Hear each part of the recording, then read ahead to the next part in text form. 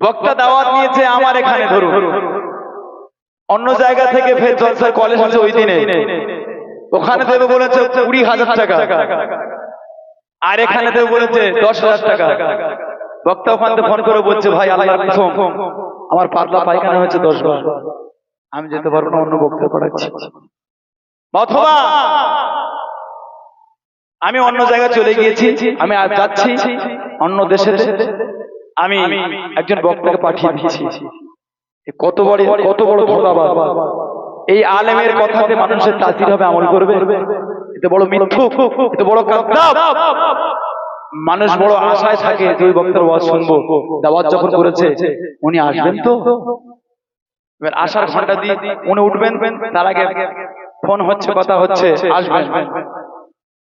ঠিক ঘন্টা তিনেক আগে বলে দেবে, 3 ঘন্টা আগে, যে ভাই আমি যেতে পারছি না, আমার গাড়ি লিক হয়ে গিয়েছে বা আমার গাড়ি খারাপ হয়ে গিয়েছে, আমি যেতে পারছি না। এই ফোনটা কি মারাত্মক জিনিস, কি যে গোনা বেড়েছে ধারণার বাইরে। যদি বক্তা আমল না হয় বাবা, আল্লাহ পাক রব্বুল আলামিন কালামুল নবীতে জানিয়ে দিলেন, ইয়া আইয়ুহাল্লাযীনা আমানু লিমা তাকুলুনা মা লা তাফআলুন। ইমানদাররা তোমরা সেই কথা কেন বলো, তোমরা সেই কথা কেন বলো, ও আলেম ওলামা তোমরা সেই কথা কেন বলো যেটা নিজে আমল করো না। কথা বুঝতে পারছেন? কোরআনে আয়াত বলল, তোমরা যেটা নিজেরা আমল করো না, কেন সেটা বলো? হাসরের ময়দানে কিয়ামতের দিন নবী পাক সাল্লাল্লাহু তাআলা আলাইহি ওয়াসাল্লাম হুজুর আমার বলেন, হুজুর আমার বলেন, মিরাজ শরীফে আমি যখন গেলাম, মিরাজ শরীফে যখন গেলাম, দেখতে পেলাম একদল মানুষের আল্লাহ পাকের ফেরেশতা জাহান্নামের কাছে দিয়ে তাদের ঠোঁট দুটো কাটছে, তাদের জিহ্বাটা কাটছে। ফেরেশতা জিবরাইলকে আমি জিজ্ঞাসা করলাম, ইয়া কি জিবরাইল মান হাউলাই, ও ভাই জিবরাইল এরা কারা, এরা কারা?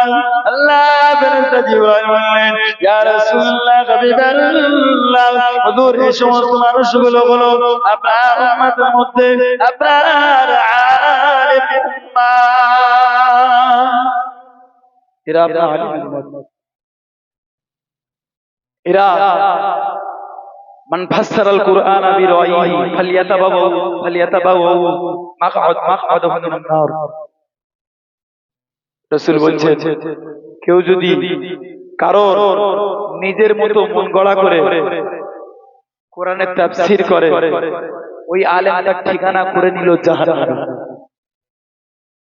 বক্তার জলসার দাওয়াত বাড়ানোর জন্য এমন এমন কথাবার্তা বলে যা কোরআনে নেই, হাদিসেও নেই।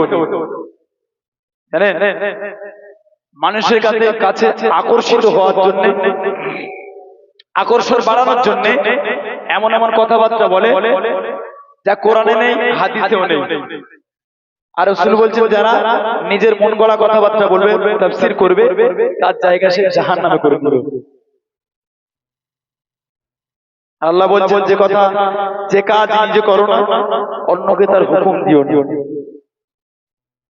এক সময় ওয়াজ করছিলাম এই আয়াতটা দিয়ে, তো একজন বক্তা আমাকে ঝট করে উঠে বললেন যে ভাই, আমি যখন কোনো জায়গায় যাই, আমি তো রাস্তাঘাটে নামাজ পড়ে নি, তুমি কথা কেন আমাকে বললেন? আপনাকে তো কথা বলিনি, আমি কারো নাম ধরে তো কথা বলিনি।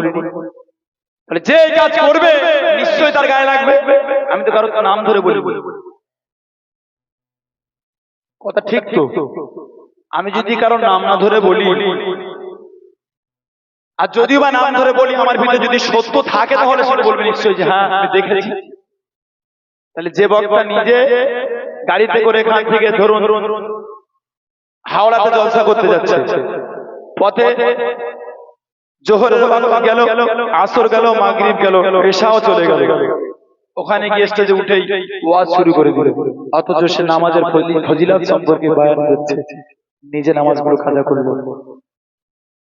বলে এই আলেমের কথাতে যারা বসে থাকবে, ওদের মনে কি তাসির হবে, অন্তর কি বলবে, তারা কি নামাজি হবে বলে মনে হয়?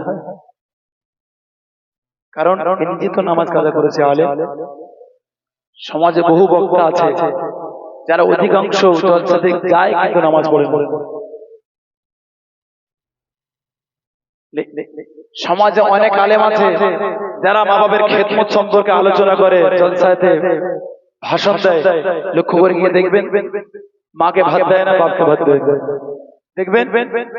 কিন্তু তার জন্য সবচাইতে বড় পীর হলো তার মা বাপ। আমার জন্য আমার মা বেঁচে আছে, আমার বাপ ছিলেন, আমার আব্বা ইন্তেকাল করেছেন, সবচাইতে বড় পীর হলো আমার আব্বা আমার মা।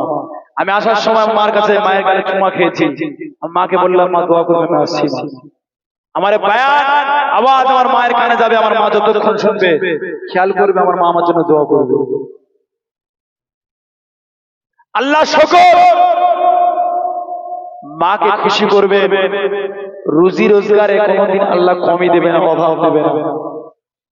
আল্লাহ পাক হাদিসে কুদসির ভিতরে বলেছেন, মান রাদিয়া আনহু ওয়ালিদাহু ফানা আনহু রাদিন, যে ব্যক্তির উপরে তার মা বাপ রাজি, স্বয়ং আমি আল্লাহ রাজি। জোরে বলুন। একজন বক্তা বর্তমান সময় অন্য দল করছে, মা ছোটবেলায় ইন্তেকাল করেছে, আব্বা ছোটবেলায় ইন্তেকাল করেছিলেন, মা তাকে বহু কষ্ট করে লালন পালন করেছে। মায়ের সঙ্গে কি গন্ডগোল হয়েছে, মা বাড়ি থেকে চলে গিয়েছে, জামাইয়ের কাছে বলছে বাবা ওমার আলেম ও যেন আমার মাটি না দেয়। আল্লাহর কসমের কথা যদি মিথ্যা হয় আমার জবানটা আল্লাহ আপনি বন্ধ করে দেবেন। আমি একদম তার নিজের বোনের কাছ থেকে শুনেছি এই কথাটা। সে আমার আত্মীয় হয়, বললেন ভাই এই পরিস্থিতি আলেমের অবস্থায়, সে আবার বড় বড় ফুটানি করে, বড় বড় কথাবার্তা মোবাইল লিখে দিচ্ছে যে মাকে ভাত দেয় না, মা তার উপর রাজি নয়, খুশি নয়। সে একজন আলেম, সে একজন ইমাম,